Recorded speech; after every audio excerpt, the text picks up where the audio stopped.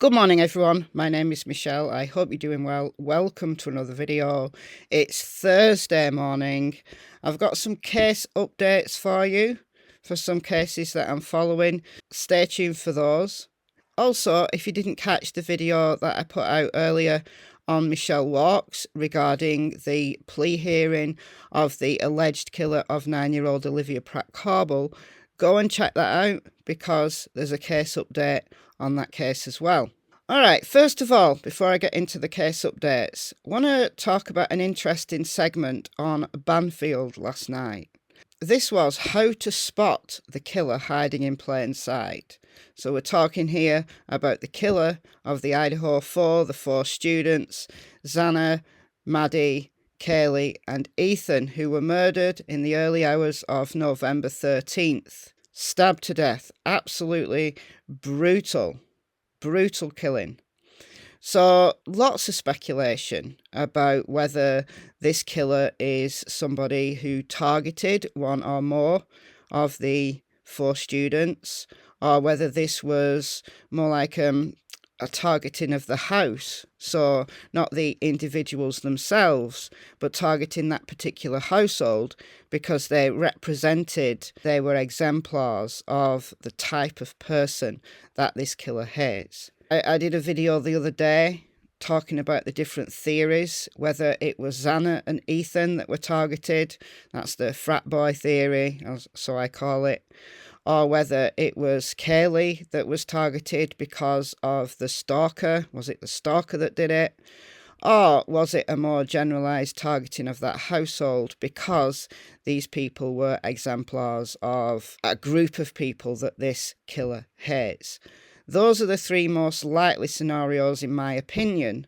However, there are others. I'm not discounting the possibility that this is the work of a serial killer. If this person isn't a serial killer at the moment, I've said numerous times that this type of killing, if this person is not caught, they could well do it again. Every serial killer has their first time. Every serial killer starts somewhere. And just the type of killing this was, it concerns me greatly that if this killer is not caught, they have a liking for killing people in a brutal fashion. This wasn't a contract killing. This wasn't clean. This wasn't somebody going in as a professional hitman and taking these people out for money or for prestige or whatever it might be. Because I think that if it was that kind of killing, then they'd have used a gun. They'd have got in and got out very quickly. They wouldn't have risked using a knife simply because it's messy. There's risks involved. You've got to get up close and personal. And killing 4 people in quick succession in that way posed one hell of a risk for this person. So I was interested in this segment, and it was someone called Robin Dreek, who's a retired FBI special agent, who's a former chief of the Counterintelligence Behavioural Analysis Programme. He's also an author, runs a podcast. I'd never heard of him, but it was interesting. It was only a short segment. And this Robin geezer talked about psychopathy.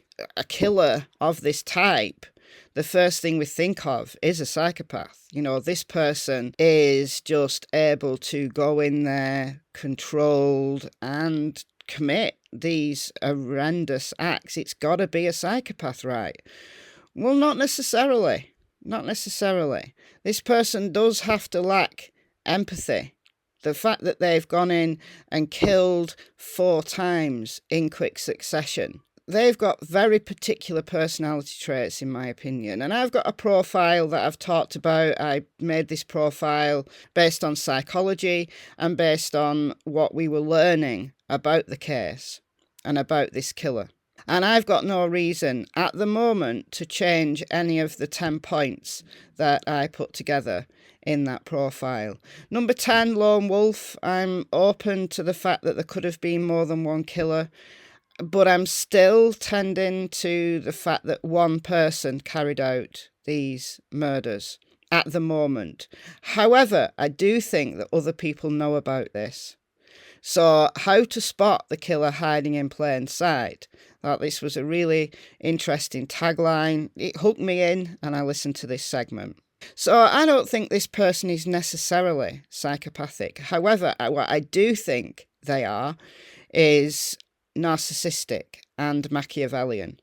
Now, if anybody out there who's listening to this knows anything about psychology, you'll know that narcissism and Machiavellianism, along with psychopathic traits, make up the dark triad.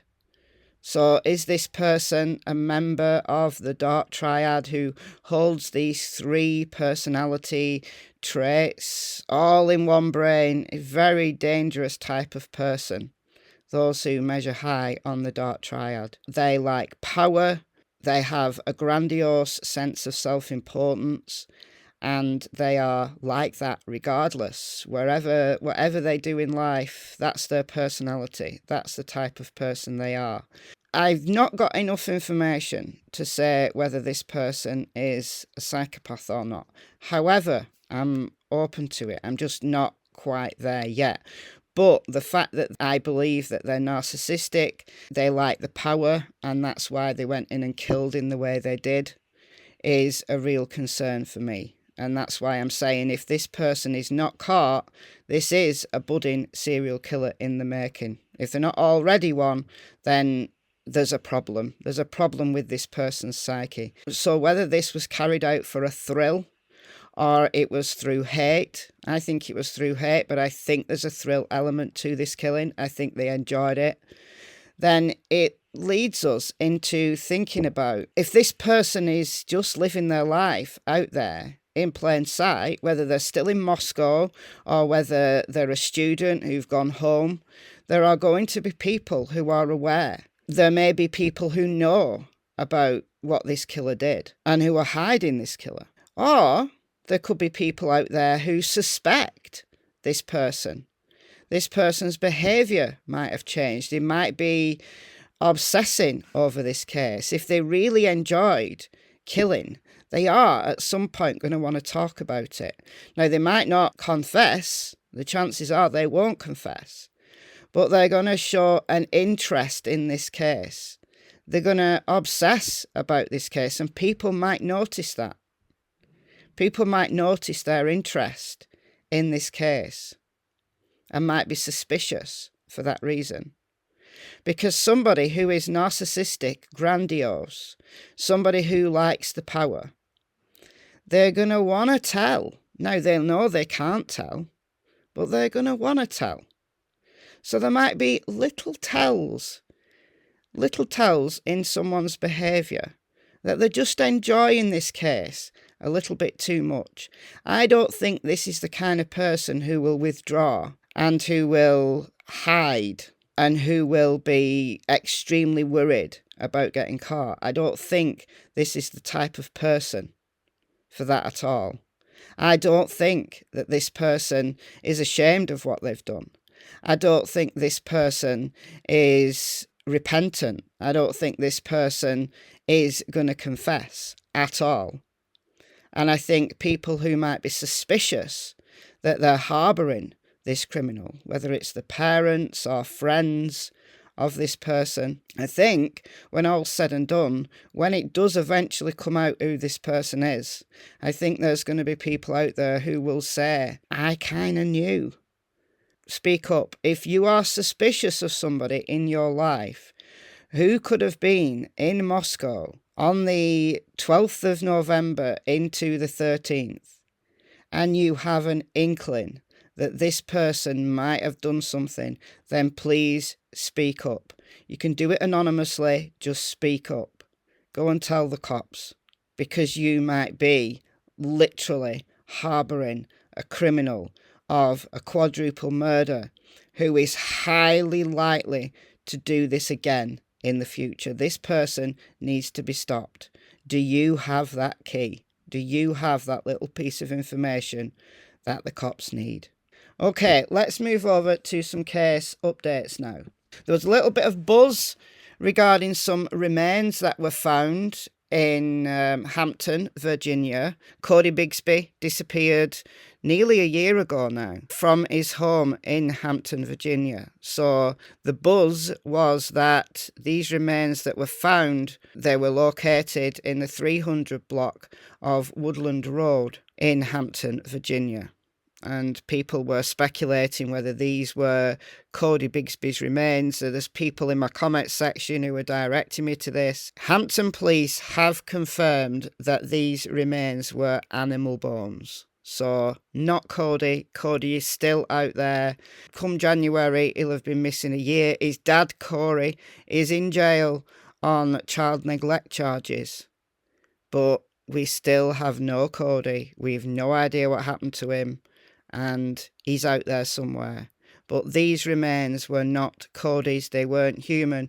They were animal bones. Tanner Horner, the alleged killer of 7-year-old Athena Strand, who was arrested this month and accused of killing 7-year-old Athena. His story from the arrest affidavit, and I went through this in a live, he said that he knocked her over in his FedEx truck. And he panicked, he put her in his truck, and then he had to kill her because she was going to tell her dad that he ran her over.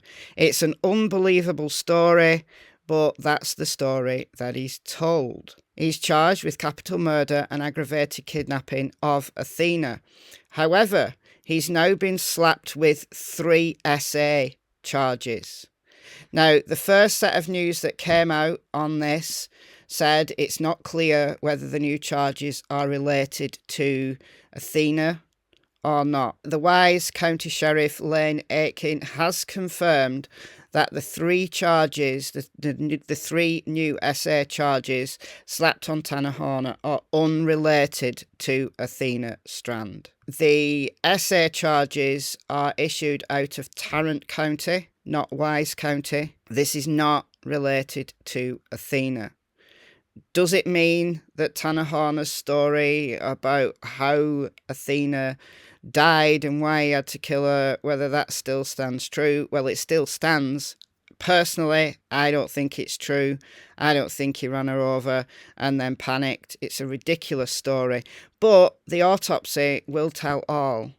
I haven't seen an autopsy report for Athena as of yet. I've not heard that the autopsy report's come out. If it has, and I've missed it, can you please let me know in the comments? Because I do want to go through that autopsy if it is made public. I'm not sure it will be. Some are, some aren't.